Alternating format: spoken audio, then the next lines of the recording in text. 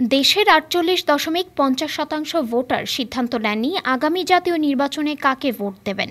কাকে ভোট দেবেন তা বলতে চান না ১৪.৪০% মানুষ, আর ভোট দেবেন না বলেছেন ১.৭০%। BRAC institute of governance and ডেভেলপমেন্টের পার্লস সার্ভে 3 এর ফলাফলে এমনই চিত্র উঠে এসেছে। ১১ আগস্ট রাজধানীর শেরেবাংলা নগরে জাতীয় আর্কাইভস মিলনায়তনে এক অনুষ্ঠানে অন্তর্বর্তী সরকারের কাজের মূল্যায়ন, সংস্কার, নির্বাচন এবং রাজনৈতিক দলগুলোর জনপ্রিয়তা নিয়ে জরিপের ফল প্রকাশ করা হয়। জরিপের ফল তুলে ধরেন বিআইজিডির fellow of practice Syeda Selina Aziz. তিনি বলেন, গত ১ থেকে ২০ জুলাই পর্যন্ত সময়ে গ্রাম ও শহরের নানা শ্রেণী পেশার ৫,৪৮৯ জন মানুষের মতামত নেওয়া হয়েছে।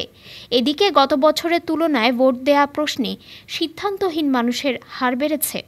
গত বছরের অক্টোবরে ৩৮% মানুষ বলছিলেন জাতীয় নির্বাচনে কাকে ভোট দেবেন সে বিষয়ে তারা এখনও সিদ্ধান্ত নেননি।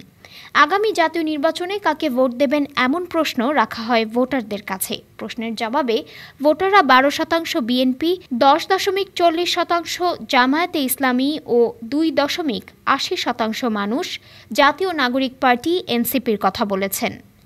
ডেস্ক রিপোর্ট, আজ বার্তা।